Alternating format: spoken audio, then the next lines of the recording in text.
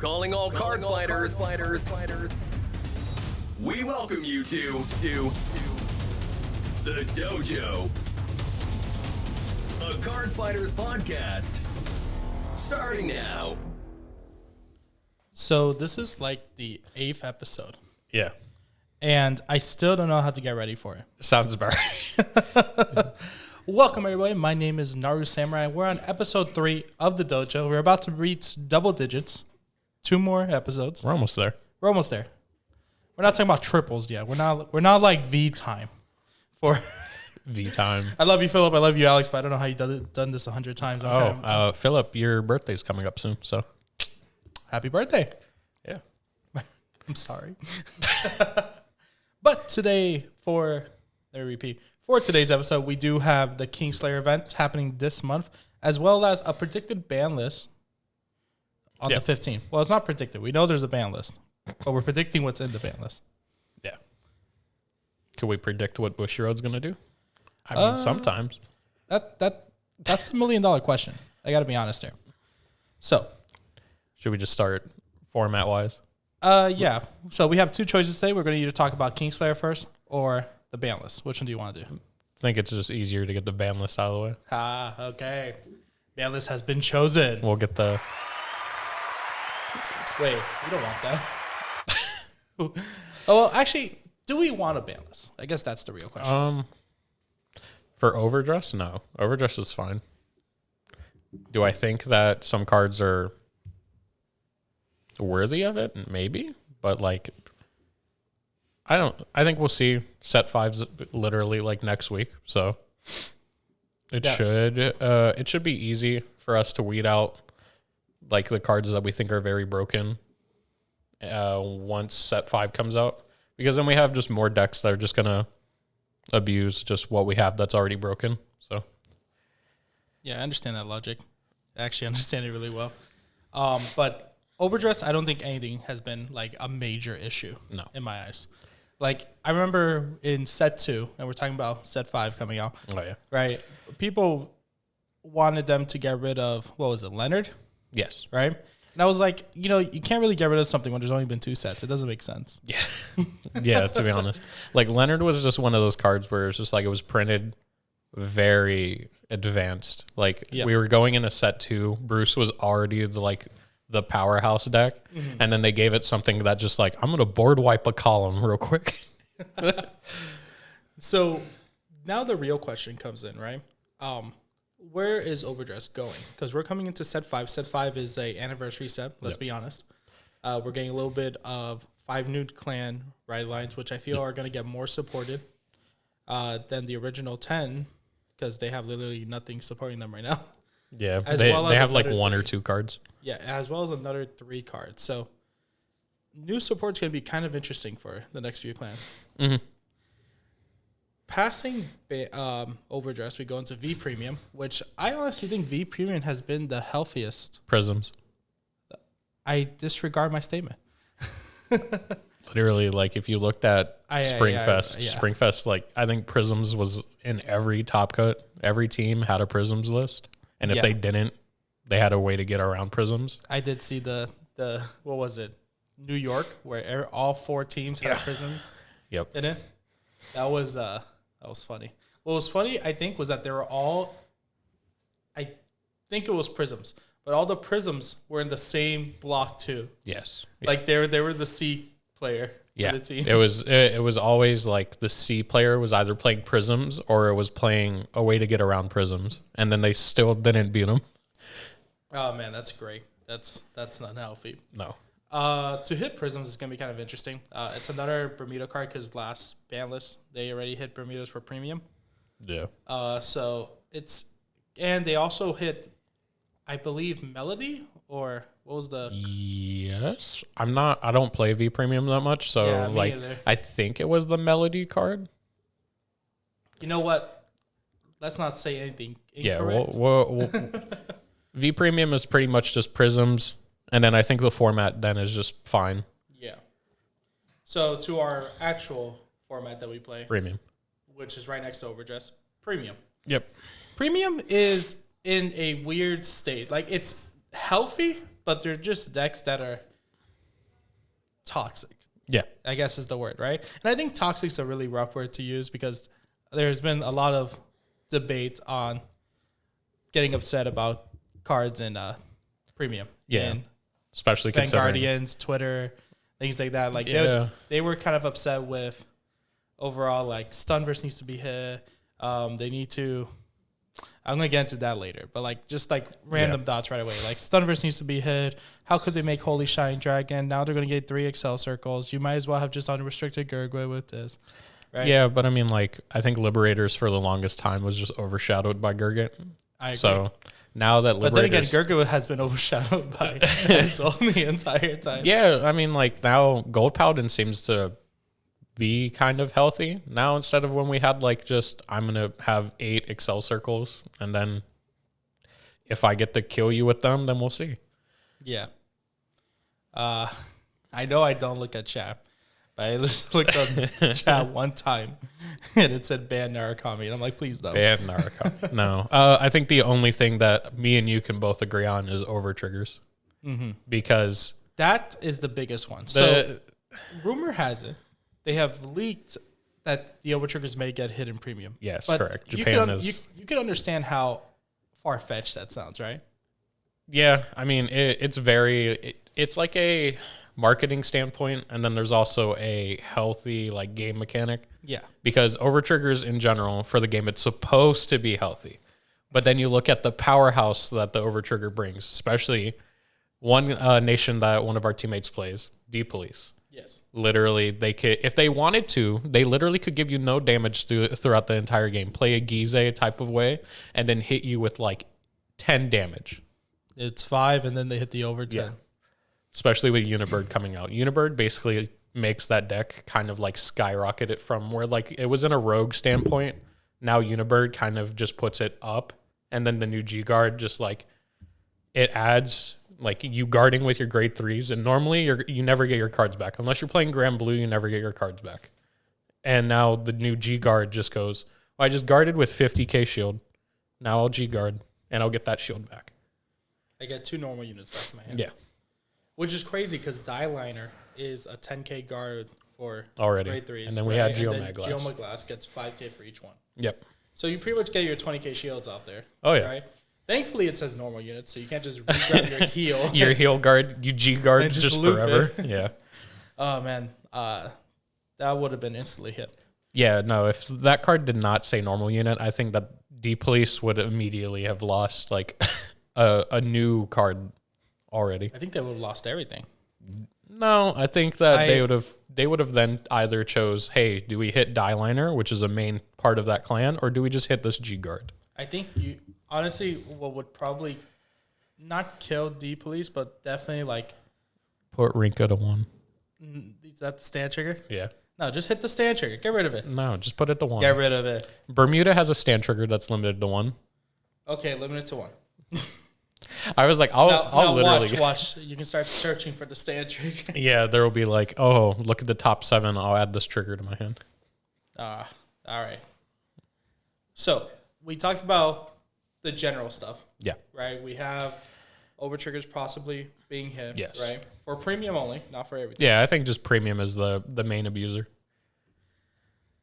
Now, clan wise, one big conversation Nightmare Dolls was Nightmare Dolls. Yeah.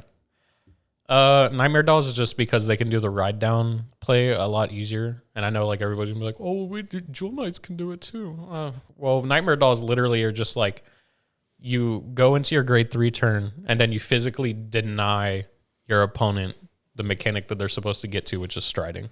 Uh-huh. So what I think the healthy way to get rid of Nightmare Dolls is to get rid of the grade 1. Or you choice restrict, like the grade 1 with just dolls in general.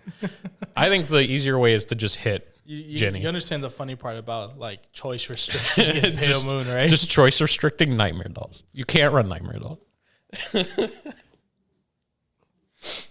No. To play Pale Moon, if they do another choice restrict, oh my god, you're literally... it's going to be so complicated. Like, literally, they're going to be like, can't oh my play god. Purple Trapezes. You can't play Parryton with Purple Trapeze. Yeah. You can't play Jumping Jill with Purple Trapeze. Yeah. Right? That's the other one, right? Yeah.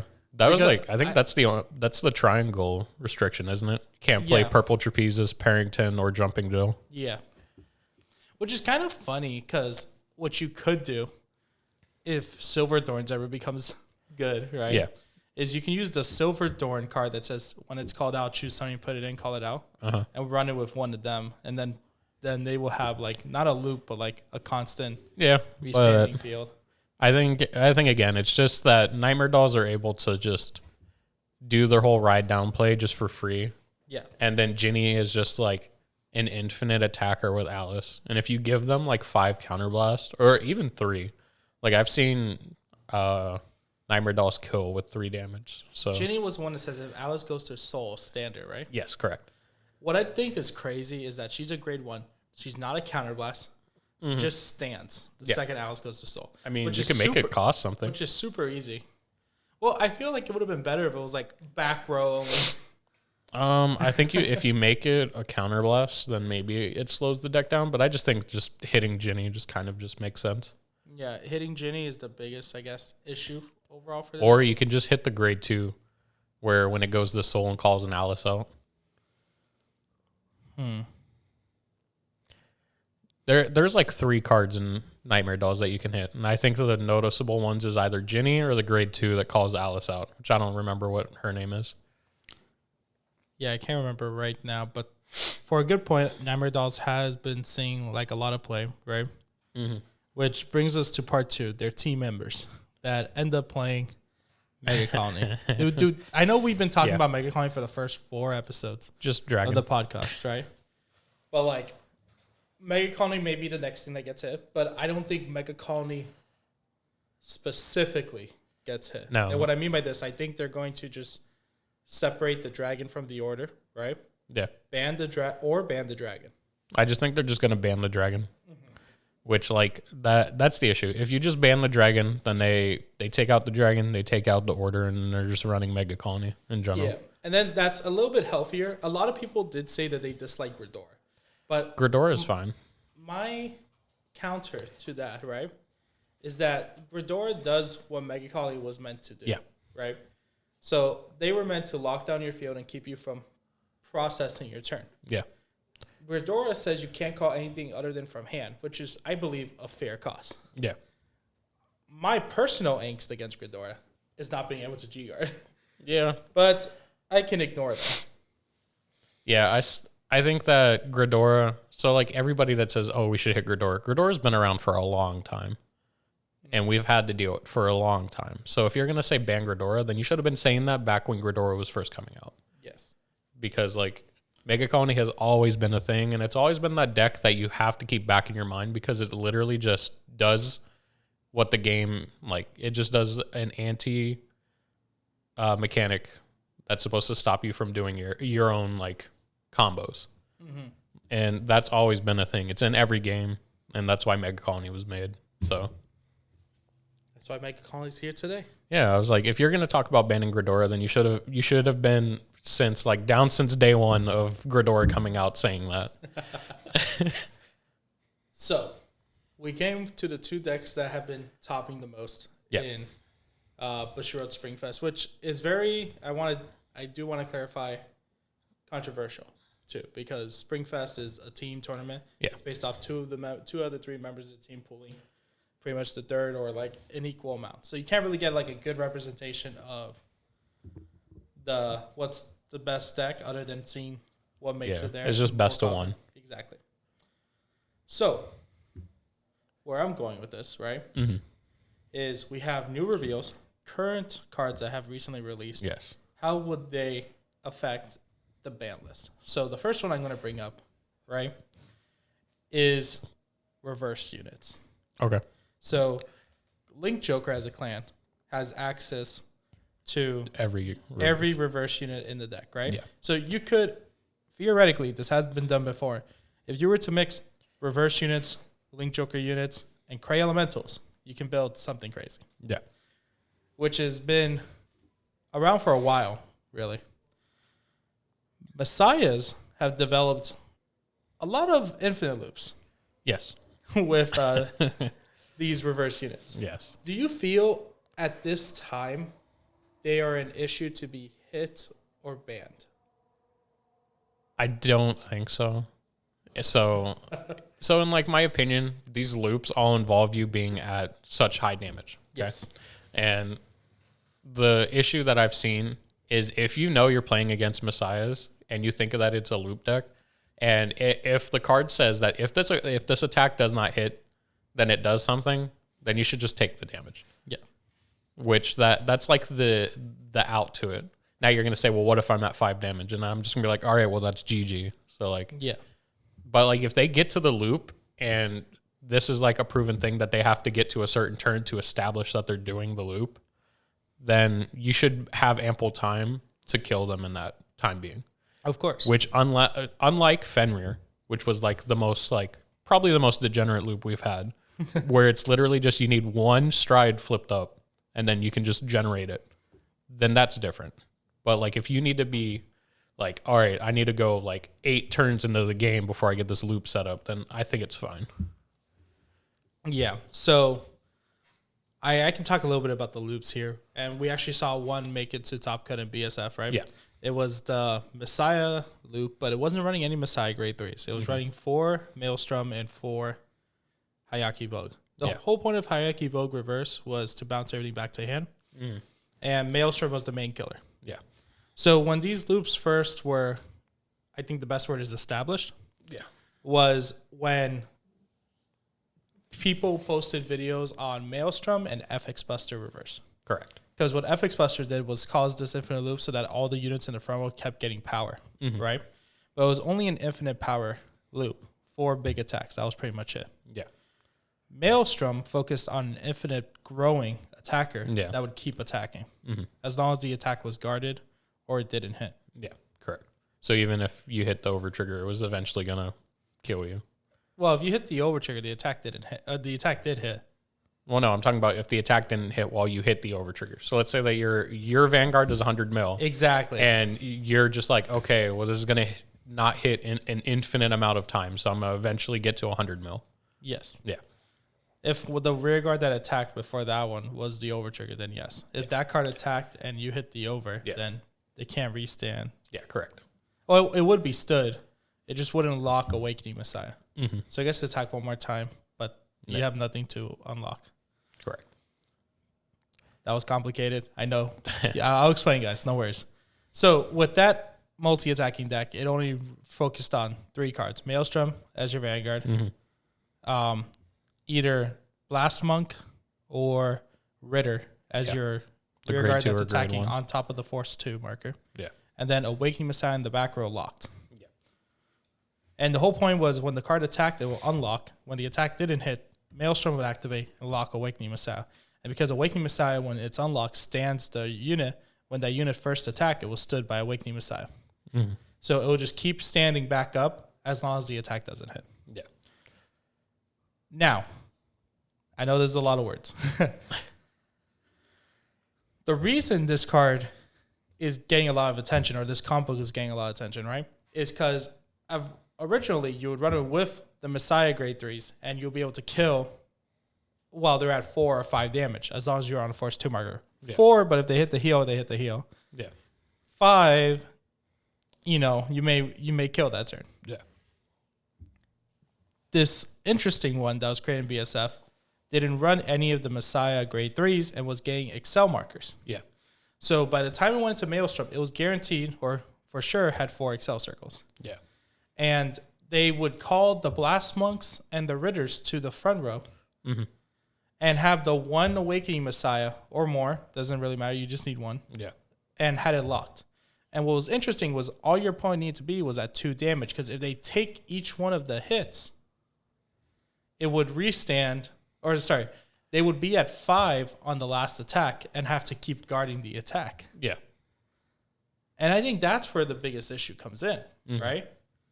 What if you didn't have an option or like a solution to this problem, right? Yeah. Your opponent's going to keep hitting, taking the damage. If they hit a trigger, then the attack no longer hits, and then that unit just keeps attacking till it can hit. Yeah. And then the second it hits, the next one just keeps going.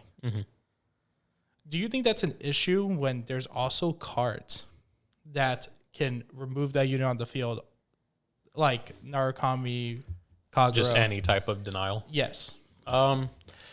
If it becomes an issue, then I should say then we limit it, because like I don't think outright banning it, because if we have denial plays, then like you can just use that, but I think then we should limit them to 1. To 1. Yeah. If it becomes an issue like during the BCS season, Yes. then I would say probably. But like if it's going to become like just a meme, just that they decided to do during BSF, then that's a different thing. Yeah. Because Springfest is kind of like the prelude, or like the pregame to BCS. Mm-hmm. So I would say probably if it becomes a problem to where like everybody's running it at BCS season, then maybe do something about it. But I think at the moment we have enough to not do anything about it. Which also, like, that's also saying that your deck that you're playing with, that you're piloting against that you're not confident enough of, like, combating it. Because, like, there are decks out there that just outpower piece-reliant decks. Of course. So then they're going to have to guard with pieces. And then this deck is just, like, it needs to have, like, multiple copies of it on the board. And if you end up having to guard with them, then you're going to have less ways to do this loop. So I think that's another issue. So, I agree with the thing being like it shouldn't be targeted because we don't know how far it goes. Can you really guard against it, right? And I agree. I do believe you can play against it, right? If the whole idea is that my second grade 3 turn, I'm supposed to be able to attack you 4 times to win the game. Yeah. You just don't go to 2 damage. You go to 1, right? The 1 attack you guard is the Vanguard swing, right? Hopefully they don't get a critical, so that thing just keeps happening. And honestly, you can pull your turns out, right? You can wait it out. You can go into a stride that does what it needs for that turn, and then proceed when you're at 5 damage because you had to go there, right? Take the game. Because even though the Maelstrom doesn't need Counterblast for all the skills, you still need to find a way to lock that card. You can swing with another rear guard, but then if you swing with another rear guard, they can guard that one. Yeah. So, or they take it and then they can't lock it. Yeah. Which would be missing out on the whole point of the deck. Mm-hmm. It requires pieces, but it's not at the point where it's super high roll. Yeah. But it could soon become an issue if you can kill at 2 or less. Yeah. If it then becomes a consistent problem, then it's something that should be addressed. Because like at the moment, we just know that this man topped with it, and who knows like what could have happened. Like he could have been pulled. Yeah, he could have been playing with a deck he could have been playing against decks that just didn't know what it did, and they just caught him off guard. Yes. So I think we just wait, and then if it becomes a problem in the future, then we do it then. So changing tracks now. Mm-hmm. We're talking about reverse units in Messiahs. Yeah. Starvaders, I'm not that worried. They're not going to use it. No. They're going to call them to rearguard, though. Yeah. One card I'm actually, this is off topic, I kind of want them to bring back is the Redirector grade 2 for Glenidos that moved the attack to the reverse unit. Correct. That card was so good. It would what be was interesting. It? Veradium, I believe. Yeah, such a good card. Yeah, I believe as we go along with Glendios coming back, we should see probably that card coming back in some form. Rubidium. Thank you, Kingslayer cards. Thank you. Yeah, with Glendios coming back, we'll probably get a reveal of something along the lines of it. Yeah, that's the bank. Yeah. Now, I didn't want to hit this clan. Yeah. But people talked about it. What? Talking about Vowing Saber? Yeah. We recently got a reveal of a very strong card named Vowing Saber Reverse. Vowing Saber Reverse, which off the record you thought was going to be bad. It's on the record because we're live, but it's on the record. I honestly think it's on. Discord with the like line that goes through the sentence. Yeah, that's what that is. Yeah, that was me.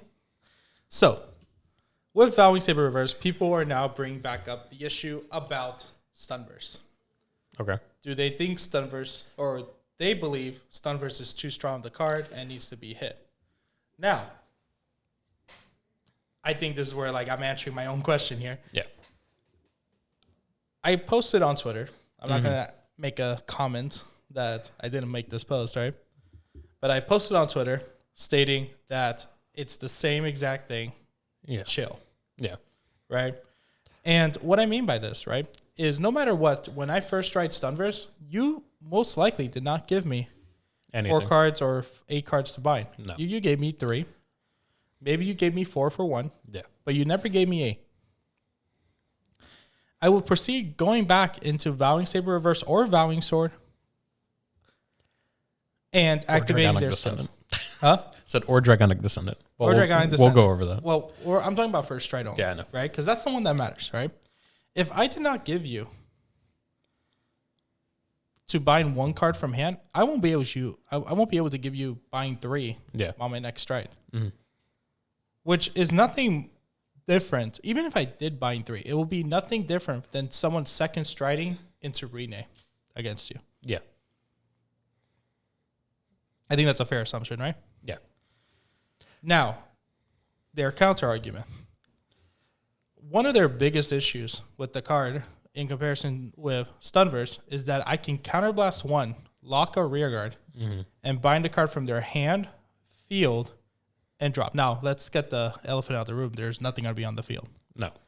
Stunverse took care of that already. Yeah. So you're getting another card from drop in hand, possibly. Yes. Now, here's where I kind of disagree. Yeah. That's not different from Vanquisher. Correct. I think that's a fair like comparison. Both are a counterblast to grab a card from hand, right? If you want to be more technical, and as an Archon player, I feel like I'm going to post this video before I sell my SSRs for Vanquisher, but if you want to compare and make your current Vanquisher deck do what Reverse Vowing does, except for the plus 10k to the field, to several units, you can run in deck the grade 0 for Vanquisher from G format says rest, bind a card from their drop. Yeah. And then if they have no cards in drop, countercharge. Yeah. And you'll be literally committing the same thing that Vanquisher does. Vowing Sword Reverse does. Mm-hmm. Vowing Saber Reverse. Yeah. So the argument is there that Eradicators are getting a lot of good support. I won't deny you guys that. If it becomes an increasing issue, I'll relay with you. But at the current moment, I only run 3 Vowing Stun Verses in my deck. Yeah. I have all 4. But I don't 3 is all that you need, to be honest. Exactly. If you go into more, you're probably decking out. That's also my other issue. Is like, don't think that I'm winning here. I'm running out cards in deck. Yeah. I'm sitting here sweating the Key and Peele meme of how many cards left in deck. You're like, 8? For sure. But no, I think Vowing Saber in general doesn't make Stunverse overpowered in any way. I think Stunverse in general has just been a card that you should keep back in your mind. It's just like with the new stride, everybody's just like, well, I just played around Stunverse, and now you get the plus anyways. Yeah. And I'm just like, well, I would rather you go into another stride that's not Stunverse if I played around it then. Mm-hmm.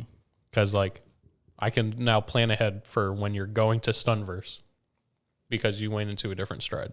Yeah. Now, I just thought of another one, right? Mm-hmm. Vowing Saber, and I knew this was a big topic because there's multitudes of things that Eradicators can now have access to. I think I told you the other day that you can build like 4 different variations of Eradicators. Oh, yeah. And they're all competitive. Yeah.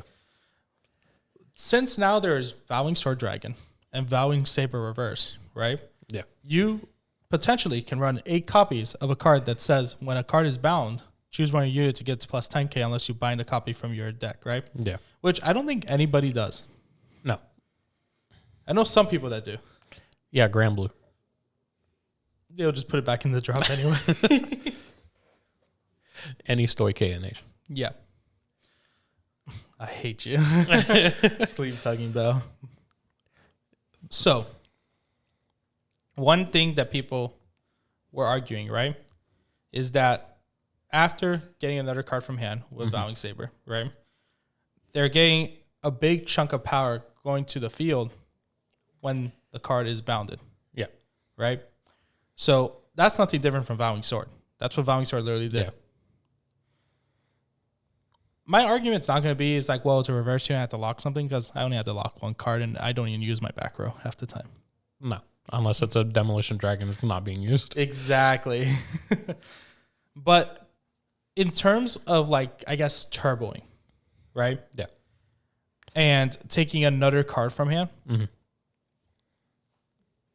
After doing that turn, the majority of the power that the turboed power field gets goes to my Vanguard and a Choa. Yeah. None of it actually resides with the other rear guards unless I needed to hit or hit over a trigger. Yeah. Which brings me to my next point, right? Stunverse goes in, let's say second stride, I got 2 cards from hand. Yeah. Then I took a third one out of your hand with reverse skill. I'm going to compare it again to Nubatama here. Rene made you call 2 from hand to swing at you for 28 plus. Yeah. And then And 2 damage. 2 damage. So you guarded that attack. Yeah. Both of them. That is more than 4 cards. That's 4 or more cards from hand.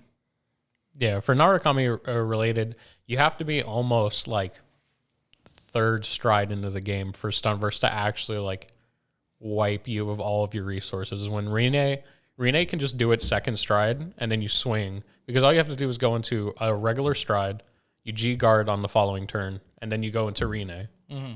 And then Rene is now swinging.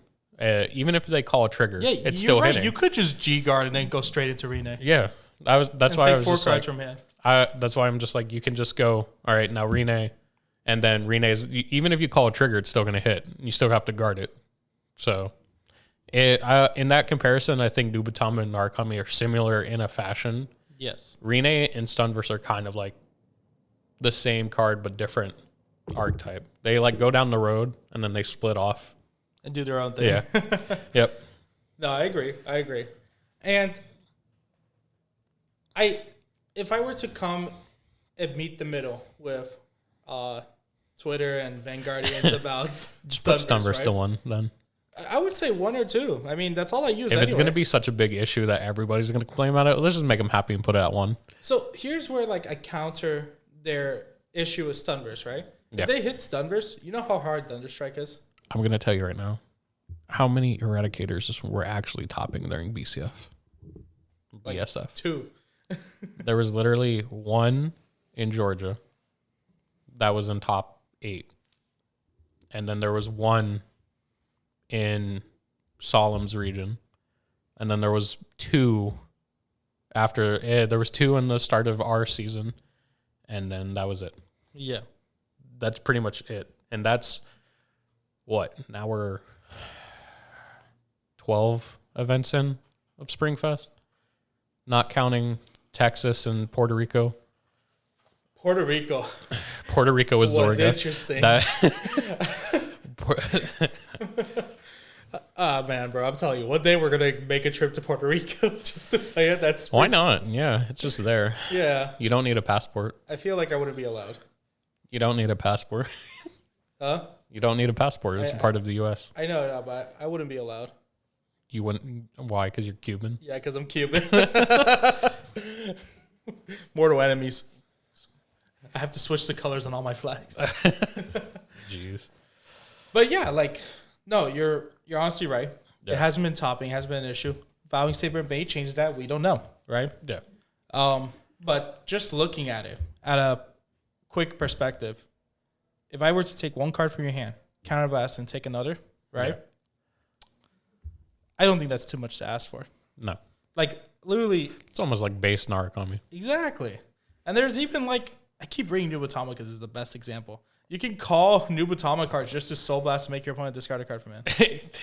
Yeah, we've been trying to do that. We've been working on the list. Yeah. For just discard Nubatama. Slowly but surely that list is being finalized. It's not as important as on my other decks. Jamio Congo, baby. Oh, and Kaguro too. Literally, Kaguro may become more of an issue like Narukami than later because we're going to get Alif, right? Oh, we have 2 ride chains now. Yeah, we have you can run Alif. Alif can ride over itself or a copy of a grade 2. Yeah. The vanilla embodiment yeah. of armor, right? Embodiment of shield. So you need the old grade 2, then you need tar and bar, and then it's for the ride chain. Yeah. I don't care about the ride chain right now, right? But no. But for the fact that Alif can ride over itself, as long as you have retired a rear guard that turn, you can turbo Alifs on top of it. You can run not Tyranno Legend. That's Tachi's. I was like, Tribash. oh, are you talking about the D card? The D one that card says that put goes the to soul gens a crit? yeah, Tribash. Yeah. You can just like turbo them in and then run that grade 3 that says Soul Blast, what, 2 grade 3s or 3 grade 3s? Yeah. They discard 6 cards from hand? Because you already know Kagero has that stride that just pops the field. Yeah. Yeah, I mean, it's interesting to think about with Kagero. Kagero is now going to get more love with the more that we get. And I think that once we get the Raksha like lizard thing, that does the same thing that Aleph does now. Where oh yeah. Holy cow, you can just do him too. Yeah, that's why I was low like key do him first, then right out. Yeah, I was like literally you can just call Berserk Dragon from V, Counterblast, retire. Oh hey look. Yeah. I'm on grade 3. I wouldn't have thought about this deck if I didn't see that Eugene list in Georgia.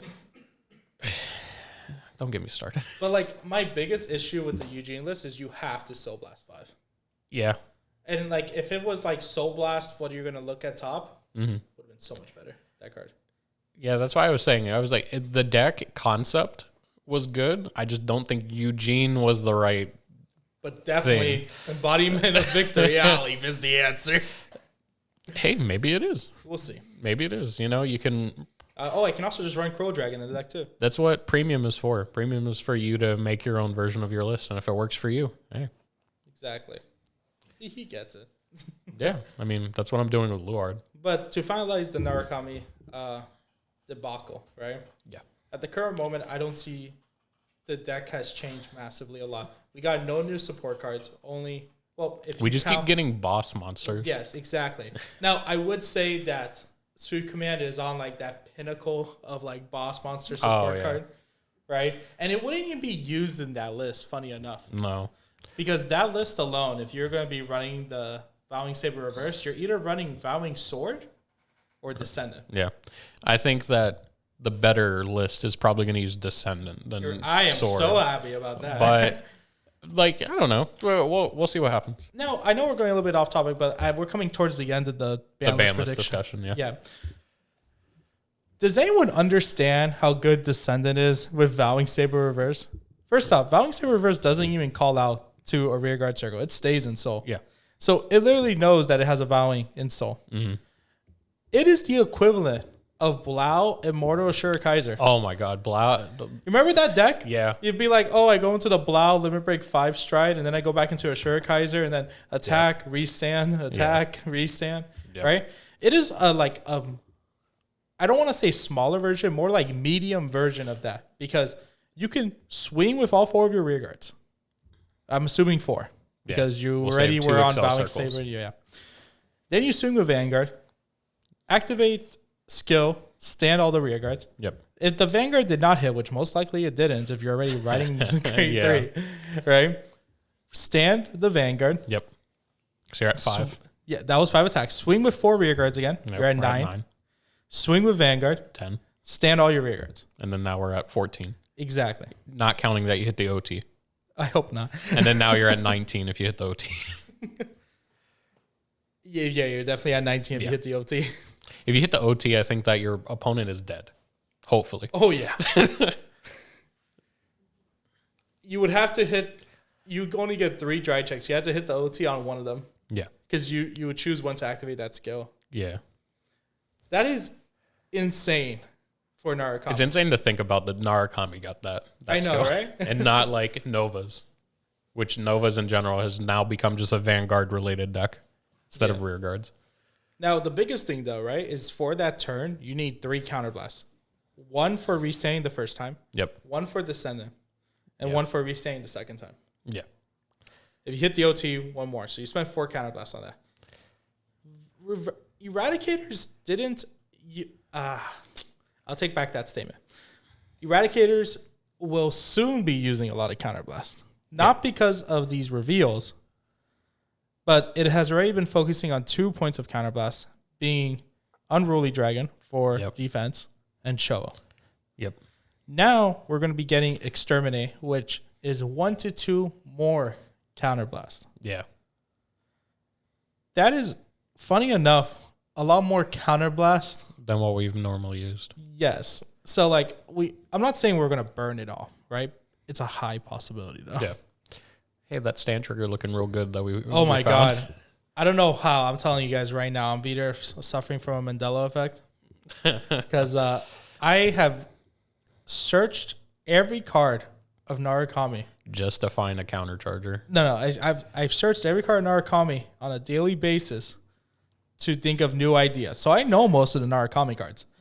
The other day, I'm looking at these G format stand triggers that don't say Eradicator in them. I really don't want to run them because they don't say Eradicator. Yeah. Then out of nowhere, I'm just like clicking on Google images. Then pops up a stand trigger. And it says Eradicator on it, and then it has a skill. So you're like, oh, it's probably like it's probably like a crappy skill, like to soul, give 3k to something. No, it says act, put this unit into your soul and countercharge one. And it's not. It doesn't say turn a card from your damage zone face up. It's not one of those old ones. No. It has a little green little symbol there. Yeah, it just says countercharge like, one. when did this card come out? Now, literally, you're just like, all right, that's a searchable countercharger with the grade 1. Exactly. First thought in my head, searchable countercharger, right? When have you ever said that in Narukami? Where you're like, I have a searchable countercharger. Never. Nope. It's crazy. Like, I was so ecstatic that it was an Eradicator.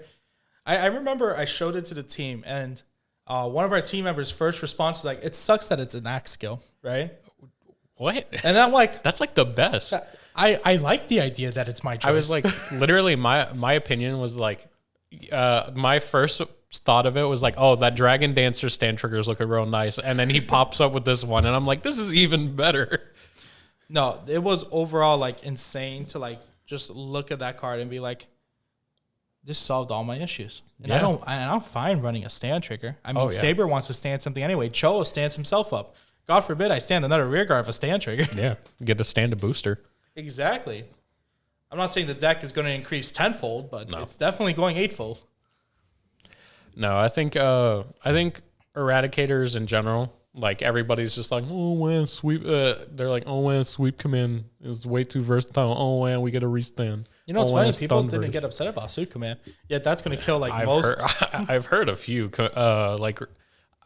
The biggest thing that I've ever heard is why is like Narukami getting all the good support? And then I literally was like, because we waited the longest. No.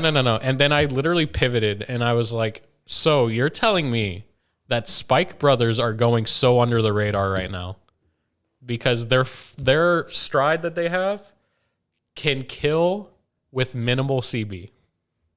Yes. And you literally have told me they're like, okay, cool. Eradicators are just like, they're getting more support. We're getting more cards that we have to find room for. Spike Brothers found literally a stride that got slapped onto their deck that was already really good. And they were just like, oh, I need to make room for one slot in my G zone for the stride. They had like 8 strides that they didn't use anyways. So it's crazy. I think I want to add an extra spot in our podcast today before we get to the Kingslayer. We're actually doing really good on time. We're only like 42 minutes in. Yeah, we're normally doing real good. Yeah. So I want to talk about some reveals. Not a lot of them. Okay. Just ones that like pop up to me premium wise, and then cool. Like we'll not talk about the Neo Nectar Legion pair. I was not going to. Here's the basis of what it does. The grade 3, it spawns tokens that are 10k power, 10k shield, have boost and intercept. Okay. That's it. It's dead. That's all that's going to be ran for. So I think a good starting point, and I'm kind of worried about starting on this one because I feel that our moderator in the chat is gonna start wanting to like listen in on the main conversation here. We got Ashley Reverse. Oh yes, that is one of the other interesting card. Yeah. Now, in terms of Jewel Knights, right? Jewel Knights, after the second wave of support with Salome, right? Yeah. Was able to pretty much fill the deck. Yes. Including correct. extras that you need to pick up, like Sword Me, which is really expensive, and Christine. Yeah. So after that, what do you do, right? And this comes into like our conversation about Eradicators before we got the reveals, being like, if Eradicators keep getting support, where's the space for it? Correct. Right? Yep. And then now we have That, and the Eradicators went the other direction. It was like, well, we will make two separate sub clans of Eradicators. yeah. They're like you're either running this or this, You're and either now running Descendant Sweep Command or Vowing Descendant. yeah. And then now we have Ashley Reverse. Actually, Vowing Sweep Command is good too. Vowing Sword, because if you ride over defensively, you can call Vowing Sword out.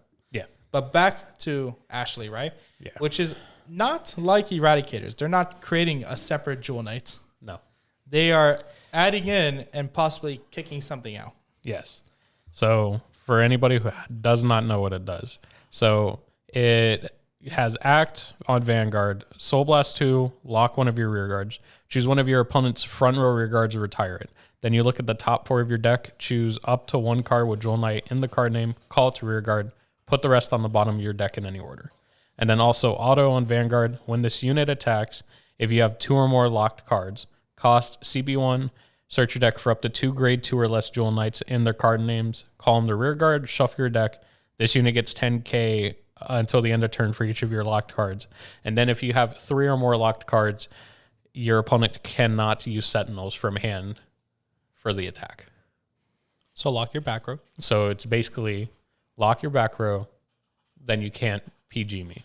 For 5 attacks only. For 5 attacks. Maybe 6 if you have all regular Ashley. Yes, but the flagship stride of Crystal Luster being able to use this. I forgot about Crystal Luster. So Does that really help, right? And this comes to my conversation that Crystal Luster doesn't stop G Guardians.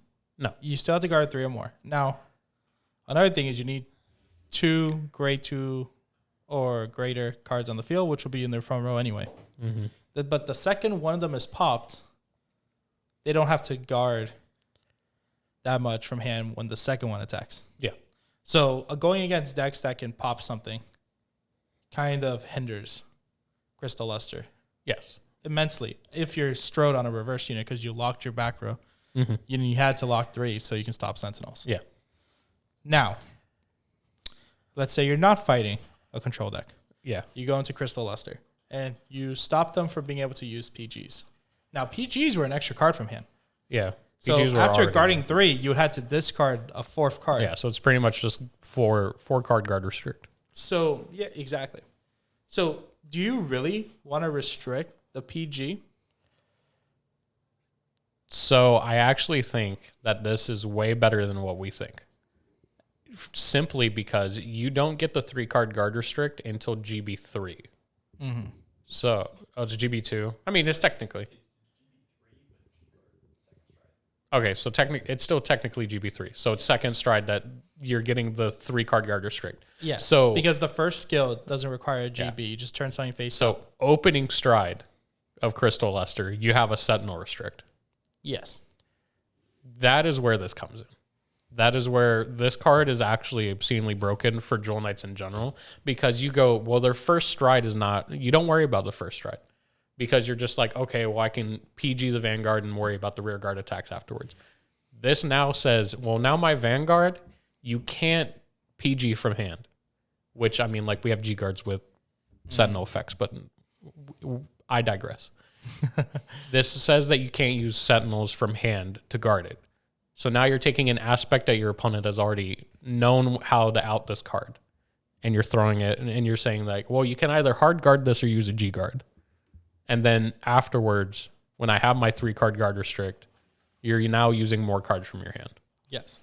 So I think that that's where this card with Crystal Luster shines the most. Is it going to make the deck? Probably. I honestly think that this is better than Salome. Mm-hmm. Because Salome gave Crystal Luster 4 checks. Yes. But I think that this card just kicks Salome out. So I agree on the removal of Salome currently. Yeah. I know someone's going to prove me wrong, right? Yeah.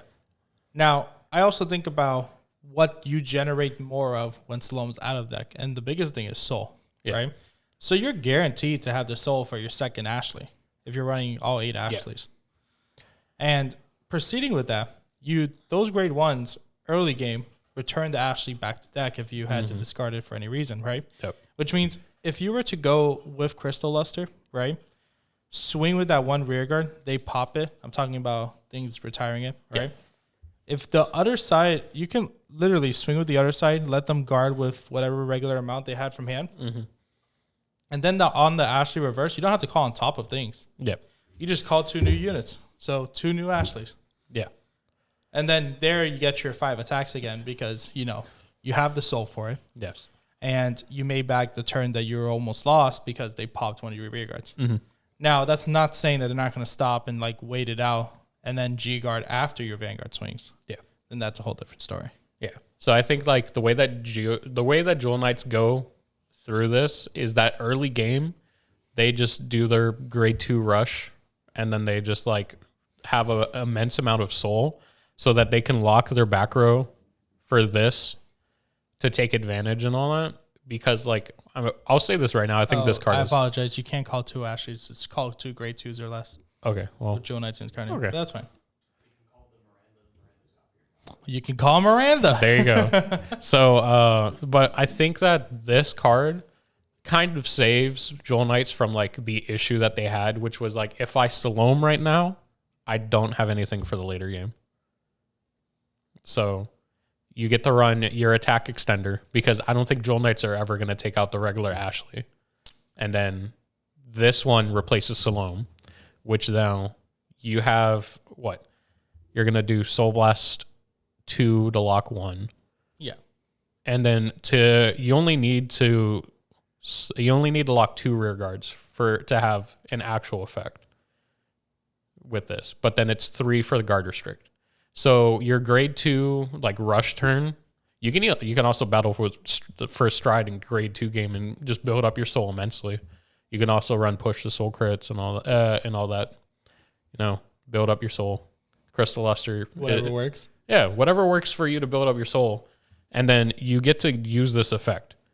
Because I'm going to say imagine people trying to grade 2 game against Jewel Knights and then you use the Cray Elemental on them.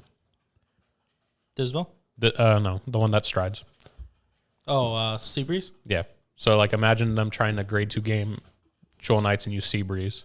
You still have a lot of options. You still have a lot of options now because now you're at GB1 and you can use almost everything to your arsenal. Yep. So that's where I think Ashley stands, Ashley Reverse, because her effect put on Crystal Luster is kind of nuts. Not just because of the guard restrict, it's just because now you have an actual guard restrict on your first stride, which that's what makes it kind of dumb. It just includes a lot more options for the deck, right? Yeah. Which means that there's not a lot of just 4-ups in the deck anymore. Yes. Which I think is kind of where they needed to start going. Mm-hmm. Because the only cards they needed outside what came out in V was Christine and Sword Me. Yeah. Which that was already a 2-card combo. Expensive. Yeah. And the options there, I can't speak English. The options. Thank you. Yeah. The options there just keeps increasing. Yes. Now, I do hope that they end Jewel Knights right here. They give small support, but I can't see another boss monster coming anytime soon. No, I think that if they got the only deck that they could support now is Alt Mile. I never recorrect this. They could give us another boss monster, but I don't think we want him. We'll probably want his support card. So if we they can reprint get, Sword Me. They wouldn't reprint Sword Me. I think they would reprint the grade 3. That's about it. Sorry, not say reprint, retrain Sword Me. No, I don't think Sword Me is going to get retrained. I think if anything, the Jewel Knight Legion's just not going to get reprinted. So. Well, you don't think guys that play Jewel Knights want a guy character to come out? I mean, you can ask Eric. I don't think he cares.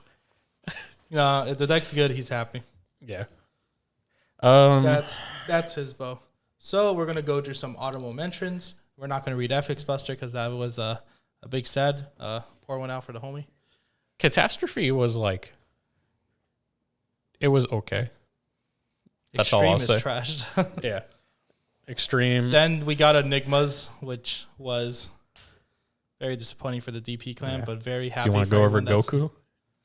No, we're not going over Goku. But we will talk about Holy Shine Dragon a little bit because we Holy did Shine was talk really about it good. earlier. So Holy Shine Dragon almost is a carbon copy of what he did before. Yeah. But requiring a counterblast. So when this unit is placed, by riding a unit with Liberator in its card name, may pay the cost of counterblast 1. If you do, search your deck for up to one grade 3 card with the Liberator in its card name with a different card name as this unit, write it as stand, and shuffle your deck. You get that one of that other Liberator that's limited right now. Isn't it? Percival? Yeah. You get that one of I don't think Percival, Percival's not limited in premium though. I thought it was premium. No, it's just V premium. It's V? Okay. Okay, it's really good. I was going to be like, you can get that one of Percival guaranteed. So I do want to double check something because I do think there's a certain issue right now with Liberators. I believe they reprinted. I can't remember if it was Bluish Flame Dragon. I think it was Glare. Glare is not a Prominence Glare? Prominence Core. Prominence Core was is the one. a Liberator, but Yeah. for some reason they didn't make Glare a No, Liberator. Prominence Glare for some reason is a promo that isn't a Liberator. And then Prominence Core was out as a clan collection. Yeah, I forgot the word prominence. That was my issue. So, like, Liberators are at the part right now where you're just like, so do I want to build Liberators or do I just want to build Gurgit? Or Ezel? Like, you're going to be, like, sitting here and be like, so the flagship thing for Gold Paladins was I'm going to go fast, and I'm going to go real fast. And that was like, Ezel can just go and ride up, and then you just go, all right, Gurgit, Percival, I have 8 Excel markers. I go into Ultima. Like, You can't make this up, guys. You no, can't make this up. you can't make it up because, like, I've literally played against Gold Paladins. Like, even when, like, for one of the Kingslayer events, my round 1 opponent was literally a Gold Paladin player, and I just watched him play the game. Like, if you've ever, like, watched, like, an infinite combo in Magic, that's literally what it looked like. You were just sitting there and, like, yeah, I can't do anything about it. I just feel like the accessibility for Gold Paladins is insane. And like it's been insane, but never like fully game breaking. I actually I was talking to one of our teammates, our famous slug sacker. Oh, Connor. Yeah. And he was telling me how he can't believe the global Gold Paladin community. Because for people that don't know, there are Facebook groups for your specific clan that you can check them out. Like, for sure, Narukami-wise, I'm in Thunder of the Apocalypse because I love to see what my brethren are talking about. Yeah. The Gold Paladin one, and I think he actually I showed think that's me. the most popular. Is Gold. The Gold Paladin one, they just talk about how bad Gold Paladin is. Yeah. And I'm like, how can you be so negative to Well, I your mean, own clan? And they only use one card as like the biggest dictator of if golds are good or not. Gurgit? And it's Hanali. Oh. Well, I mean, they don't have a denial for it. They don't have a way to get rid of Hanali. So that's Blade probably the Liberators. issue. Run Blaster Blade Liberator. All right, yeah. I'll allow you to counterblast 2 to get rid of Hanali. I think Blaster Blade Liberator is counter 1. Or no, it's counter 2. I was like, the new versions of Blaster Blade was CB1. The old ones, Blaster Blade, Blaster Dark, Blaster Liberator, and Blaster Revenger were all CB2, get rid of something. And that's why they had built-in counter chargers in their decks. Because literally you would play Colossus for Revengers. You had, I think it was like a Wingull version Liberator for golds. I think it was like some type of like knight or mage or something. Sure, yeah. But like, I know what you mean. Like you call Blaster Blade in front of that, you counter charge, right? Yeah. That's Now, why they had those. I mean, you know. Now, Revengers was such a consistent, as Legion dictated when we had G. Revengers literally went through probably like the first 6 sets of G and were just mowing down people. So You know, they run additional angel, right? Oh, golds? Yeah. Yeah. They're Yes. fine. They can kind of Because if you damage denied, then they're just like, oh, well. Oh, well, Ezel runs additional angel. We can't really say if Liberators does too. I don't think Liberators would run additional angel, but who knows? Liberators, I don't think are that threatening if you give them damage, unlike Ezel, because Ezel just rides up and then you sit there while they're, 3 Excel circles in while you ride at your now first grade Liberators get that in one turn because with Holy Shine, they just have to ride over a Liberator. Well, that's 2. Which is a grade 2 Liberator, right? Yeah. Then they ride into Prominence Core. Whatever they... And then they call Percival, and Percival creates the third one. Okay. Because that's also a Liberator. Okay. Ezel will already be on their 4th grade 3 ride by the time you do that. I understand that. But remember, Ezel suffered from this big thing where, like, it would try its hardest. You would do everything with no hand. Yeah, exactly. You would try your hardest to superior ride into the Ezel and into going to Spear Cross, right? Yeah. But then if you fail to do so, your hand is too small to continue the game. Yeah, that's where Stunverse comes in. For sure. But that is like talking like Royals versus Kagura with Narukami versus Golds. Yeah. You ain't wrong in that spot. No, it's they're pretty much mortal enemies of each other. What else impressed us in reveals? I don't think anything really. There's Angel Feather. You want to talk about that? That's about it. So Angel Feather, I was thinking about talking about it, but I want to save it a little bit because I am working on an Angel Feather deck. I'll say the Angel Feather deck that we have, like the only one that we have at the moment that's good is like Hamiel in premium or No Seal, whatever. Well, I'm working on a Celestial deck for premium. Oh, okay. I'm sorry. So anybody who cares about what the new support says, so basically it says that if you have Protect 2 markers on the board, you do additional effects. Yes. And the main grade 3, it's like I have it here, but I like summarizing the stuff. So it's CB1. If you have a Protect 2 marker, you make another one, and then it's like on attack, you get to swap stuff depending on your Protect markers. Oh, I just found the perfect card to talk about for premium. Oh yeah, I'm sure. Yeah, Armor Break Dragon. Just kidding. So like for context for everyone, we had like an hour debate on if this card was good. And you were like, "Oh, this revolutionized Dungaree," and I was well, I didn't use the word revolutionize. Do you want me to look up? I'll point it to the camera. Please don't. But I said it was a good kill turn stride. Kill turn stride. Grade damn. 3.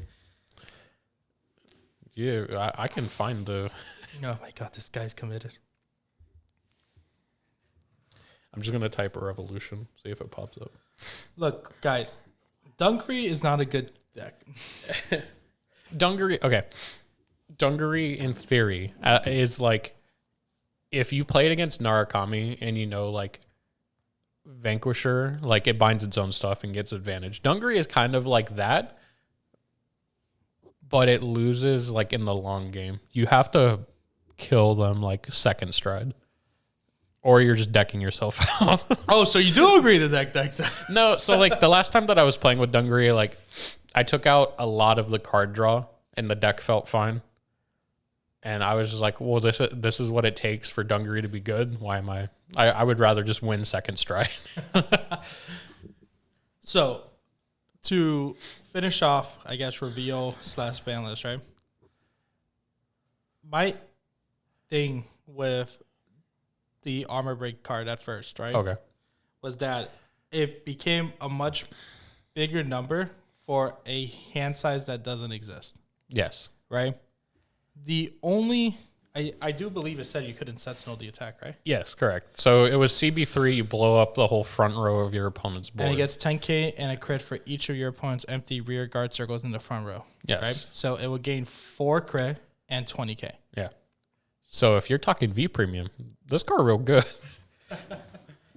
V Premium, Then, like you when literally. this unit attacks, if you are 4 or more cards in your damage zone until end of battle. This unit got plus 10k, so it was a 52k attacker. Yeah. And your opponent cannot call Sentinels from hand to Guardian Circle. Now, it does say Counterblast 3. But you ran the Eradicator, like the Eradicator version of Claudus and Dorant in the deck. Okay. Sorry, not Claudus. Bedivere and K. I can't remember their names, right? But literally, the grade 1 says that the grade 2 is placed in front of it. No, you have to place it behind the grade 2. Okay. If you place the it other way, yeah, you're right. You countercharge 1, right? You can literally spend the Counterblast again because you don't use Counterblast in that deck. Yeah, but I mean, like, the problem was getting to that point. So you would be a 72k attacker, 9 damage. Damn, it's like there's G guards that prevent damage. We can't stop the G guard. we had Stunverse. We hopefully we can't have everything. We try our best. This is not counting the booster. Damn, and it's also like Dimension Police guards for 90k per grade 3. All right, you're kind of killing my mood here. I mean, I'm just giving you examples of why Armor Break is like, it's good. So like in V Premium, I think the card is broken. In V Premium, if you slap this card on the board, 72k is still a big number for a G guard to guard. Well, yeah, but no, like if you slap the Armor Break down in V Premium, I'm probably gonna clap and give you the game because like my deck is not gonna be well equipped to guard like 80k 7 damage, and then like okay, I have heal guards, but I'm probably on grade 3 at the moment. You write Armor Break, so I'm probably screwed. Yeah. I either have guarded way too much for me to just be like, I'm just going to allow it to go through. I think Armor Break has its moments to shine. Yeah. Which is V Premium. We're going to see in BCS, I promise you. For V Premium. For Premium. Okay. So you run Armor Break instead of Eradicators. No.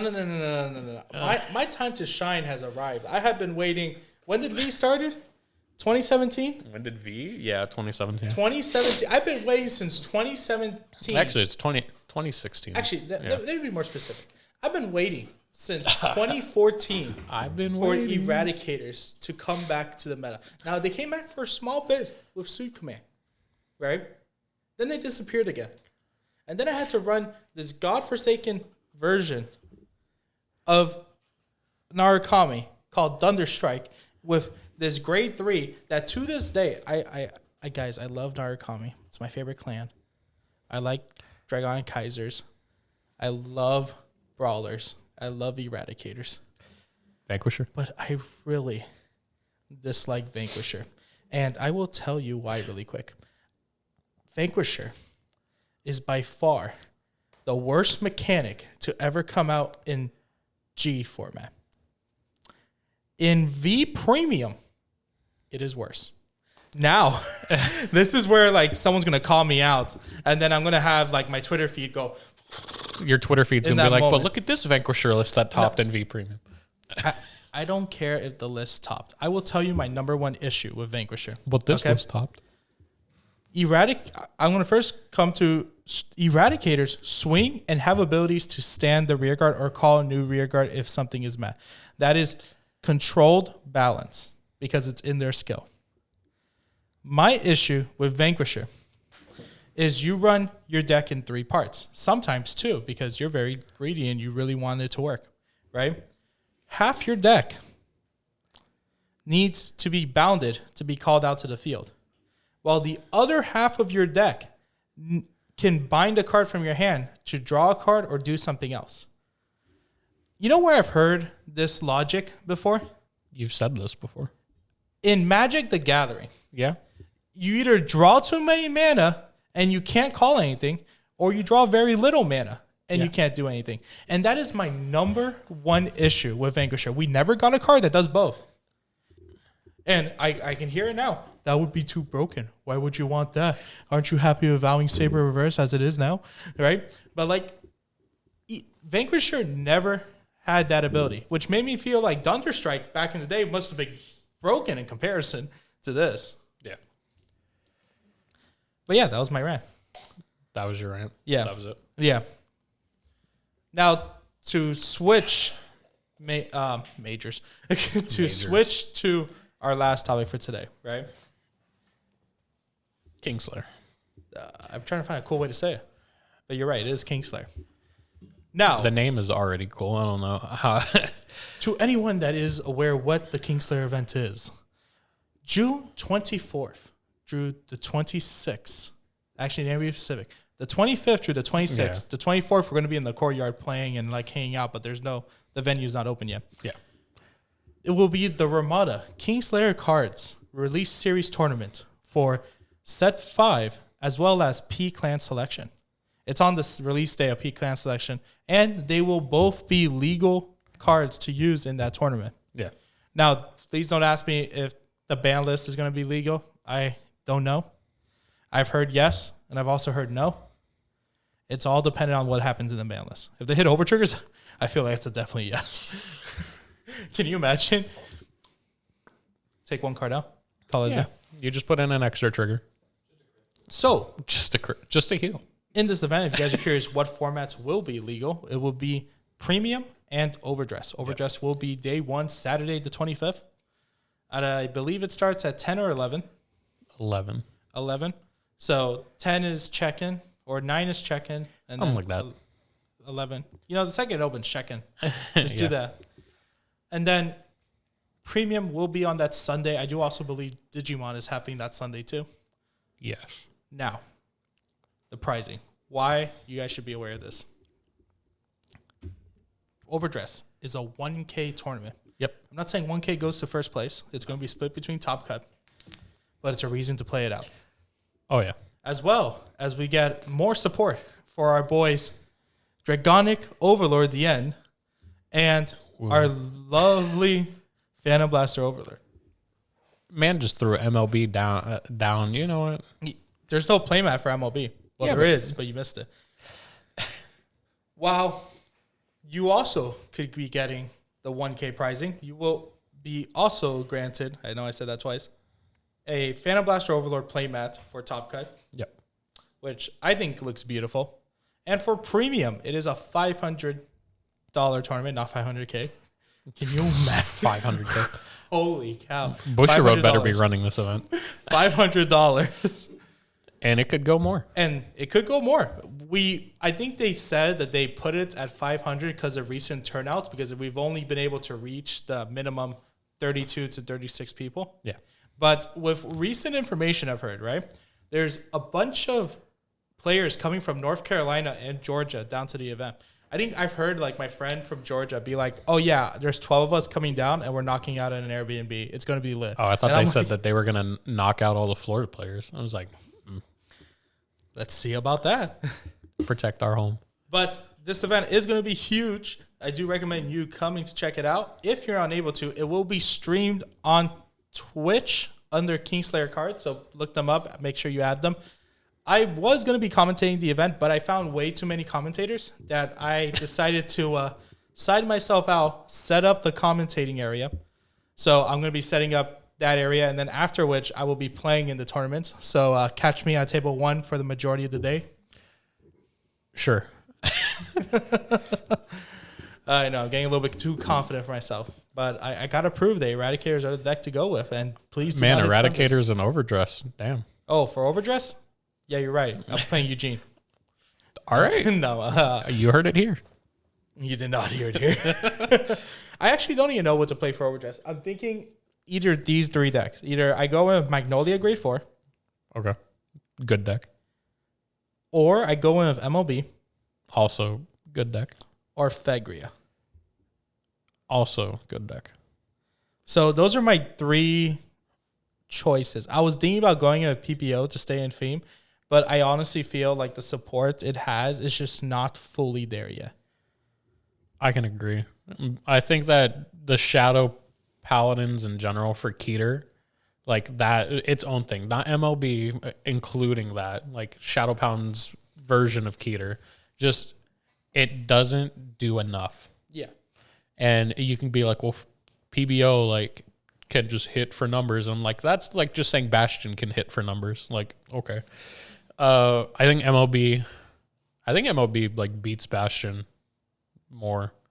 And it's just like, yes, Bastion goes for the same numbers, but MOB. That's what I was thinking too. Like MOB's attacking for a fifth, or it's a 15K base, but Bastion can hit a 15K base. Yeah, and like Bastion is also 15K, but Bastion at the moment, they took out the reason why that it made it threatening, and it was giving it triple drive, which if you put multiple Blaster Darks out, MOB gets more drives because he puts a number of cards. He chooses a number. I have to. I believe you. Yeah. I just have to read it because I'm pretty sure it says it chooses a number of cards like on the board, and then it checks for what is in the soul for what you put. Because if it works that way, you know how threatening that would be if you just had all your Blaster Darks and just be like, "Oh, I'm gonna go for I have six strike checks," and then you call 2 more MOBs to the field. Let's see if we hit the over. That'd be kind of cool. I mean, I think it's choose up to 2 because I think it keeps in theme of choosing Blaster Blade and Dark. Yeah. But putting like Blaster Dark in general to get the drive, because that's honestly what you're gonna do. Like Blaster Blade retires. I also think fronts would be better in that deck than draws. I think so as well. I think that deck, in general, that deck searches a good portion of its support out, anyways. Yep. Thegria, on the other hand, Thegria is real good. It turns out having 8 Persona Rides in your deck. Be good. Yeah, it'd be good. Then we have a little bit of the newer stuff. Talking meta-wise now of Overdress? A little bit, but like Tammy or in terms of Kingslayer, right? So the reason I'm going with those decks is not only because meta-wise they seem appealing and the best options. They're probably the only decks that I would probably be able to practice in time because we get the new set next week and then the tournament's in 2 weeks later. Yeah. Magnolia, I've been playing since. So that would be the most confident deck I'll enter in with. But my issue with playing Magnolia is the idea that I'm going to be fighting matches. We can't forget we also get Festival Collection. I will be fighting matches where the cards are newer that I may fall into a disadvantage if I just go in with the logic I have in hand, right? Okay. But to combat it, in my point of view, is I participate with them. So if I play a deck that people are not fully aware of deck, I have a slight advantage. And this has worked before. When MLB trial deck came out, starter deck. I was like, trial deck, damn. Yeah. A lot of people just went in, bought the deck, put it in, and it was like an MLB tournament. Oh, yeah. And it was all whoever knows how to pilot or use MLB better. That was pretty much the goal. And that was a lot of fun. I didn't top at that event. I actually got knocked out of top cut by James because I couldn't find my Blaster Dark, right? And what did he do? Like he went with like the most. It was a good play. I'm trying to find a way to say it. I don't want to sound rude, but he went for the unorthodox approach. Okay. And instead of like focusing on Blaster Dark to gain the drive check, he was more confident just going in with Blaster Blade and swinging at me of a full field with a crit on Blaster Blade. Okay. So that was So he basically just pressured He pressured me the whole way through before running into MLB and then rode into MLB and called 2 of them. And then I was like, well, I can't do anything there. And I also haven't seen Blaster Dark, so I lose this one. Yeah. So going over other decks that I'm considering. So obviously, I think everybody has known that I'm a Barrow person. So yeah, I'm aware. That's one of them. The other one is Tamayura, which is the Shirayuki lookalike. That deck is actually surprisingly just really good. Like, well, the only Shirayuki card in is there the is order, right? Yes. Which but it's a permanent. It's a permanent minus 10K to their front row. Until end of turn? Until the end of turn. It's not just a permanent 10K. No, so it does what Shirayuki was designed. 4? Well, you're at 3K now. Forever. So like it does what Shirayuki kind of was supposed to do, which Shirayuki is for until the end of battle. But this is until the end of turn. Your opponent's front row just has a negative Persona ride. So like that puts into perspective like all the decks that we've seen, that we know, where like Bruce is like, oh, it swings with its other rear guards to like be like aggression, Bastion as well, and then Magnolia has the front row that it swings with for its 6 attack combo. Like all the decks that need to have multi-attacking, like Tamira just goes, oh, well, that's neat. Minus 10k to your front row. Yeah, I think the one that gets around it is Barrow because it calls a new front row. Yes. So it negates the minus 10.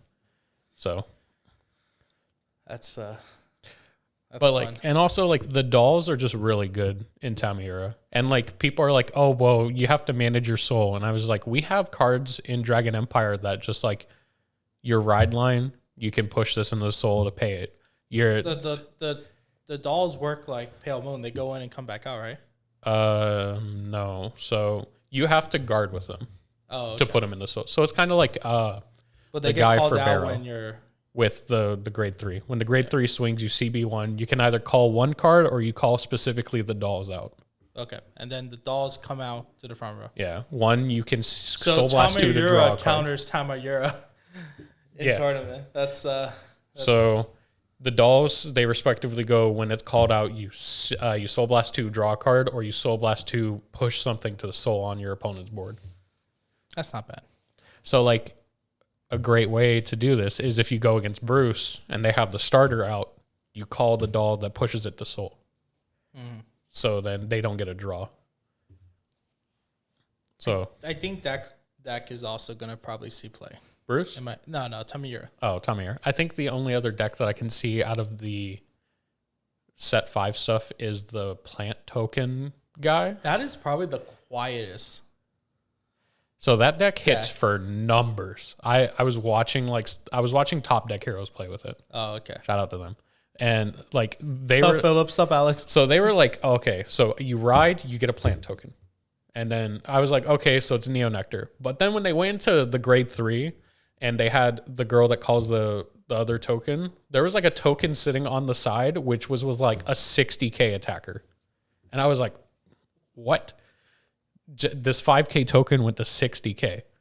Like, what? I was even thinking about left fielding going in of Eva. Apparently that deck is decent. It counters Magnolia for no reason. And I was just like, okay. Yeah, that's good. But overall, there's so many options to play. Premium wise, I'm probably gonna go with my old faithful Eradicators. Oh, I thought you were gonna say Gears. I was thinking Gears. Old faithful Gears. Holy cow! The Gears card that we got adds another attack The for Steam just a Maiden? Soul Blast, right? Which It was like if you time leap, then it comes out. yeah. So if I swing with a grade 3, I can Soul Blast 1, bind the grade 3, and call the grade 4. Okay. So that was very good that we got that card because it's at a time when like we would have Soul because like later in a turn, the TikTok start going to Soul. Yes. So you can then Soul Blast them out, go into that, add that last attack in. And if I did use Mellow Amusement, you have to guard 2 or more for the rest of the turn. So that extra attack just seals it, in my opinion. But Exterminate is a whole different card. Yeah. Exterminate, I think, is honestly the secondary to Stunverse. Like, if you plan, and like, here's the thing. Everyone's worried about Stunverse, but if you literally stop me from Stunverse, I just go into Exterminate, right? Mm-hmm. And if it's an Excel deck, they're getting punished. Yeah. And then here's my other thing, right? If they hit Stunverse, like ban it outright, Exterminate is the most useless card in that deck. Yeah. Which is like very like Oxy. I think if they hit Stunverse, I think Narukami in general is just like main deck good stuff. You see my my funeral video on my channel of Eradicators. Yeah, me like putting all my Erads into like a little coffin. I'll grab one of those like coffins for Yukio and I'll just start putting my Erads in there. And then you'll send it down on the lake. I'll light it on fire. I don't think light it on fire. That's kind of too much, but yeah, probably not. I have ASRs in there. We can just put commons in there. Oh, you're right. We can just show it's that the sentiment that counts. Yeah. But like, yeah. So premium wise, I'm in between Oh my god, you just put a proxies in there and I just print out the cards and all Proxies of the ASRs. The actual cards in them is all the sleeve tugging bells. You've killed the one hope that I had. No, but I don't know. Like I've been playing around with Luard and like Shadow Paladins in general. I know okay. Everybody, like, before they start yelling at me, like, everybody have seen that I'm a great nature player. Now I just recently picked up Shadows. Now I literally look like Condrick Shadow. But, like, realistically, I think Luard with the new support is really, really good, no matter what version you play. I think I remember someone, like, roasting you yesterday. Oh, someone said that I was Condrick Shadow, and yet I played Shadow Paladins before he did. And then you tried to say that, like, you played Shadow Paladins before he did, right? Anderson knows. Anderson responds back. He's like, yeah, but Condrick was good with the deck. And I was like, I never played. So I've been playing Shadow Paladins since they came out in BT4. Mm-hmm. Okay. I never played them competitively because, in my opinion, I was never confident enough to play with Shadows in an actual tournament. I was more confident to play Novas because, Beast Deities back in V was just like. Yeah, but Beast Deities now. But, like, yeah, I was more of a Excel player during V. So, like, I had Shadows on the side, and, like, I would play test it with everybody so they knew, like, what to expect. But I never felt confident playing it until Luard came out. And then, like, I picked up Luard, and I played it forever. And then when I got out of the game before V came back, like, I ended up just getting rid of Luard to one of my friends, because he was a Shadow Paladin player along with me since BT4. And then he sold it. Yeah, it made me mad because I was like, I literally told him when I got back in the game I wanted my Luard stuff back, and, he sold it. But, what can you do? It is what it is. Yeah. But actually, in terms of Ramada, you're thinking Shadows? I'm more confident with Shadows right now. I wanted to play Great Nature, but Great Nature in the meta right now, if we were playing against decks that required like one attack, like one card that was like focused for its attack, then Great Nature would be like hands down probably the best anti-meta deck for you to pick. But I think Luard right now is just so much better because of the versatility of whether or not you're playing the G or the V version. Like the V version is more aggro, but the G version is more control. So you can pick whichever one. If you're an aggro player, you play the V1. If you're a control player, you play the other one. Because you're going to play more ritual cards in the G version than you are in the V1. Yes. So a play that I've been doing with Shadows is you can call Karen down with Leofall, and then that's just a free column. And then when you Dagda, you sack Karen, and then you go get another Karen, which you get a free Dagda search, which then if you hit a stand, then you get another Dagda search. So it's like you basically are just pressuring your opponent.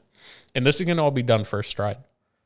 Like, there's so much you can do with Luard right now that I think it's in one of the best spots that the deck in general for Shadows has been. Which now you go to the counterpart, which is Raging Form. Which I think Raging Form is another deck you should look out for. Because it's another deck. I can play that too. It's another deck that can kill before it strides. Which that is like one of... Yes, we have the heal guards. But that only stops so much. Especially if you use the -2 crit. It's only till end of battle. Yeah. So you can go, all right, I give 10k to the Vanguard, but Raging Form's going to re-ride and get another force marker. And then you can -2 crit, but then you just re-ride. Yeah, like Raging Form right now is like another like hand-in-hand situation with like Shadows, which is just like, well, if you like control, you go with Luard, but if you like aggro, you go with Raging Form. Because like there's so much consistency to Raging Form. Just Revengers in general, I think, have been really consistent. It's just nobody has had the will to play it. And then you go into Chainraker, which Chainraker is literally just Shadow's version of Crystal Luster. It just requires one more card, though. Yeah, it requires you have grade 1s instead of grade 2 or higher. And 3 grade 1s. Yeah, it's 3 grade 1s for Chainraker, and then Crystal Luster is 3 grade 2 or greater. 2 grade 2 or greater. It's 3. 3 grade 2 or greater that you need to have. You need 3? It counts. Oh. Yeah, it's because it counts the Vanguard, so you only need 2. Because it says you need 3 grade 2 or greater units for it to have the guard restrict. Mine says rear guards, and I need 3 grade 1s. Yeah, which honestly, in the V version of Luard, that's not hard to do. Is Chainrinker grade 1s or grade 1 or less? It's grade 1 specifically because grade 1 or less. It's grade 1 or less. Sure. I was like, we have our moderator in the back looking it up now. Yeah. But like Chainrinker in Luard is really good as well because of drag driver main deck. Because if you go on Chainrinker on top of, what is it? 1 or less. Okay. So if you go on top of drag driver and you have a board of grade 1s, your grade 1s are now having 2 crit because you're gonna have 3. You're gonna have 3 grade 3s basically in the soul. You have technically the heart card and then your 2 other ones, which that's what it requires is 2 other grade 3s. So you have your board swinging for 2 crit and it has a guard restrict. So you're swinging for like 50k 2 crit guard with 3 or more, and then you swing with Vanguard, same thing, and then you swing with your other one, and then you're running stands in Luard, so you're gonna have another attack that's gonna have the guard restrict with 2 crit. I just feel that Shadows have a lot of good options, and their new G Guardians are just insanely good. Oh, Luard loves that new G guard. Raging Form loves it too. Yeah, you just get the refill 5 grade 1s, and you're like, Yeah. I return my Darkbond Trumpeter and my 4 Reynolds back to deck. yeah, the G guard, like, it gives It's more, it gives more than what it's taking from you, yeah. which I think is overall kind of nuts. But we could be talking about Shadows all day. Yeah. Right? No, and then like my other deck is Spike Brothers. That one's still in the works. That one's in the works because I haven't had the ability to test it. Yeah. But Spike Brothers, it goes real good. It goes real hard. That's good. That's good. All right, guys. So we talked about a good chunk today. We got over some of the Banlist cards. We did a small amount of reveals. Yep. Things that were prominent in Premium. Then we proceeded into talking about the Ramada event, which is a big event you can check out online or come to the event and participate. I do think it's going to be probably one of the few bigger ones. I think it may beat set 1 of D. Yeah. Because set 1 of D, we got like 110 people. Yes. Overdress was 110. And I think this one, we may be seeing like 100 people for Overdress. Yeah, let's make it. And Premium may get to like to the 70s. I was going to say, like anybody, like the one thing that I know that people say about going in a tournament is they're not confident enough. And I'm like, if you play your deck well enough, your deck will show it for you. Of course. I've seen people come into tournaments, haven't played one at all. Mm-hmm. And they're coming and leaving top 8. Yeah. You never know how far you are in the game until you see where you go, right? Yeah. Literally, when I started playing Vanguard, the second I understood there was local tournaments, I signed up for the first one. And I will tell you right now, my deck was not good. First off, I was playing Eradicators, right? Oh, is this Gauntlet Trial Master? deck. No, this is So this have Vowing Sword Dragon in it. I did not have any descend. No, let me rephrase that. I got 1 descendant off somebody, right? And I ran 3. This card was not Eradicator. It was a promo called Turbulence Dragon. Oh my god! All right, yep. My deck was not good. I got 9th place in my first local. Like my first ever locals, I was playing that Shadow Paladin deck from BT4, and this was when like all you saw was like Royals Kagero, like the trial deck of Royals and Kagero was just running rampant. You just put 4 cards of every card in your deck, and then that was it. Gasslot was so good back in the day. Ganslot Brick Ride? Oh, no, the old Ganslot. Oh, yeah. Yeah, Ganslot was just reveal I have it, send it back to deck, grab a Blaster Blade. Oh, yeah. The biggest consistency. There was Ganslot, and then King of Knights Alfred was just such a big boss. King of Knights Alfred, now, if you were to read it, it's so bad. If you read the first set, Alfred, and then the counterpart to the Team Q4 for V, There are 2 separate cards. You're just like, so I have a 20k Vanguard no matter what with the old one, or I can have a 23 question mark K Vanguard. This is fair. Yeah. But yeah, guys, the Ramada event is going to be this month, so do check it out. We are going to try to do a podcast next week. We are meeting up with some of the Ramada organizers to find out how everything's going to be going, so that's going to be a fun thing to do. I may try to get 2 of them onto the stream for the dojo next week. There's no confirmation. We're still 50-50 on it, but do stick around for that. If not, there won't be an episode next week because I need to get to the meeting. I know. This is my house. I can't let them in my house. You know, I trust them, but they're going to draw a house party in there. I know The it. dojo? What do you mean? You can't give them the keys? I can't give them the keys. No. So, Raw event this weekend. Do check out. This weekend? Not this weekend. This month in 3 weeks. I keep him in check. Thank you. In terms of content is on the way. Yeah. I've been working on a bunch of side footage. So things that you see like transition wise, as well as like visual, like theme songs and like all that. Like I don't have a theme song in the works, but I have like intros that I'm trying to work on. So a lot of small stuff so that it becomes a bigger thing down the line. Way of the Card Fighter will be returning when Set 5 does release. So do stick around for that. That's what MLB... No, we will be doing. We said it earlier. MLB versus Overlord. Overlord. I think would have been the one because that's Boros versus Kagura, yeah. Kagura. Yeah, I was gonna say Overlord versus Overlord, but I was like, no, that doesn't sound right. You're trying to think of PPD versus MLB, but then like you see some of the same cards, so it may not be worth it. Yeah, but yeah, we will be doing Overlord. I know that's how our last video ended. We had Overlord against Bruce. Yeah. So we are going to just bring back Overlord and MLB, act like it's a whole new season. That was prototype. We're trying to get a better picture out. So do stick around for that. That's going to be awesome. In terms of streaming, I know I haven't been streaming yet. To totally be honest, I've been picking up this room. This has been a mess and a half. it's hard to keep this clean. It is hard. Thank you. But once that's all good and clear, we will be good to go on streaming again. I am going to post the schedule probably this weekend of the days I'm planning. I don't know if I'll be starting next week. I will try though. Honestly, the biggest thing is just getting some stuff out of here and then setting up one more area for this room. Because for Way of the Card Fighter, I do want to add a what's that thing called when you watch like a reality show or like Total Drama Island. You know when they're in the porta potty. The interview room. Yeah, like the interview room or where you just talk to the camera. I want to set up a corner like that here, but I do have to clear a good chunk of stuff out. I know they're looking around like, where the heck are you gonna put that? Yeah, you're crazy. I will find a way.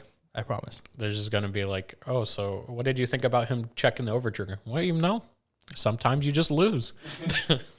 Well, I think it's gonna be good for a good intro of who you are before the game starts. Right, being like, what's up, guys? My name is Naru Samurai, and today I'm going to be bringing in the one and only Eradicator Premium. I am super excited because we just got released, and then you see like the zoom in, Vowing Saber Reverse, like just things like that. Like, you know, that's going to make things fun. But yeah, I can continue on and on telling you how I'm trying to make the channel better, even though you haven't seen anything. We could have a 24-hour podcast if you wanted to. I can just talk about my channel, what my plans are. I could be talking. I don't want to talk forever because then in that sense, I'll be pretty much like saying things that may not become true. I'll be like a politician at that point. We don't want that. No. But yeah, guys, do stick around. Check out Ramada. A lot of options there. And I think that's pretty much it for today's podcast. So we'll see you next time in the dojo.